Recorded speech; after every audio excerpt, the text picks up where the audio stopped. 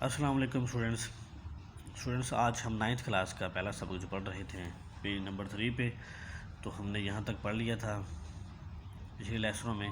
اب ہم یہاں سے سٹارٹ کرتے ہیں اگلے لیسن میں، تو ہم پڑھتے ہیں۔ حضرت ابوبکر رضی اللہ تعالیٰ عنہ سے پہلے قرارداد ہو چکی تھی، یعنی کہ بات چیت ہو چکی تھی، قول و قرار ہو چکا تھا، معاہدہ ہو چکا تھا، طے ہو چکا تھا، یعنی کہ آپ صلی اللہ علیہ وسلم نے پہلے ہی حضرت ابوبکر صدیق رضی اللہ تعالیٰ عنہ سے پہلے ہی بات چیت کر لی تھی، قول و قرار کر لیا تھا۔ یہ میں لکھ دیا ہے، قرارداد، معاہدہ، قول و قرار وغیرہ ہو چکا تھا، طے ہو چکا تھا کہ دونوں صاحب پہلے جبل سور کے غار میں جا کر پوشیدہ ہوئے۔ دونوں صاحب پہلے جبل سور،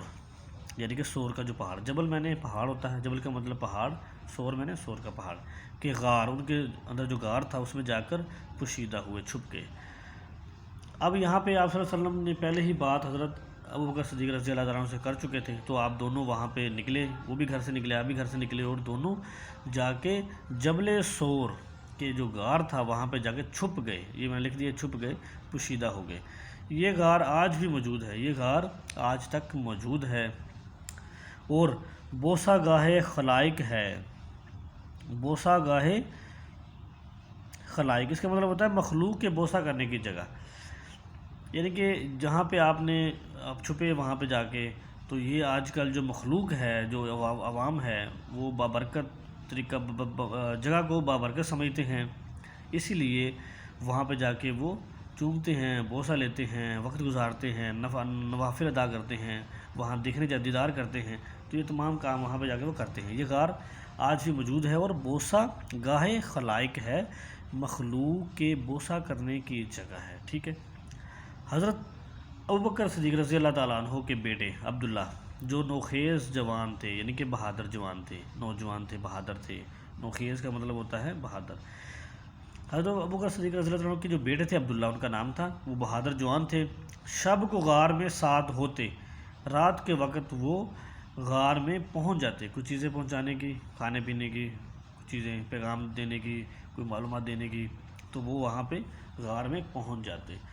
صبح منہ اندھیرے، یعنی کہ بہت زیادہ صبح بالکل جب ہلکا ہلکا اندھیرا ہوتا ہے تب شہر چلے جاتے، یعنی کہ واپس وہاں سے غار سے آ جاتے واپس، اور پتہ لگاتے کہ قریش کیا مشورے کر رہے ہیں۔ تو وہ سارا دن معلومات لیتے، پتہ لگاتے کہ جو قریش ہیں، جو کفار ہیں، وہ کیا مشورہ کر رہے ہیں، کیا معلومات کر رہے ہیں، کیا لگا رہے ہیں، کیا پتہ لگا رہے ہیں، کیا کر رہے ہیں، تو ان کے بارے میں وہ جاننے کے لیے ارد گرد پھرتے۔ جو کچھ خبر ملتی، جو بھی انہیں خبر مل جاتی، سارے دن کی رپورٹ مل جاتی، خبر مل جاتی، شام کو آ کر حضرت صلی اللہ علیہ وسلم سے عرض کرتے، تو تمام جو دن کی خبر ہوتی، تو جو رپورٹ ہوتی تمام دن کی، کہ وہ کیا سوچ رہے ہیں، کیا کر رہے ہیں، کہاں اب جائیں گے، کہاں ڈھونڈیں گے، کیا کریں گے، تو وہ جو تمام خبریں وہاں سے اکٹھی کر کے، جو عبداللہ تھے، حضرت ابوبکر صدیق کے بیٹے، جو نوخیز جوان تھے، وہ شام کو جا کر حضرت صلی اللہ علیہ وسلم، آپ صلی اللہ علیہ وسلم کے پاس پہنچتے، اور اب تمام جو دن کا حال تھا وہ عرض کرتے۔ حضرت ابوبکر صدیق رضی اللہ تعالیٰ عنہ کا غلام کچھ رات گئے بکریاں چرا کر لاتا، تو وہ رات کو جو آپ کا غلام تھا، ابوبکر صدیق رضی اللہ تعالیٰ عنہ کا غلام،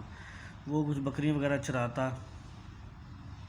تو یعنی کہ دودھ ہوتا، دودھ لیتا ان کا، اور آپ صلی اللہ علیہ وسلم اور حضرت ابوبکر صدیق رضی اللہ تعالیٰ عنہ کو ان کا دودھ پی لیتے، یعنی کہ وہ چراتا، یعنی کہ ان کا دودھ وغیرہ لے کے آتا، اور وہ دونوں کو پیش کرتا، اور آپ صلی اللہ علیہ وسلم اور حضرت ابوبکر صدیق رضی اللہ تعالیٰ عنہ ان کا دودھ پیتے۔ 3 دن تک صرف یہی غذا رہی، 3 دن تک آپ نے صرف بکری کے دودھ سے ہی گزارا کیا، گزر بسر کیا وہاں پہ 3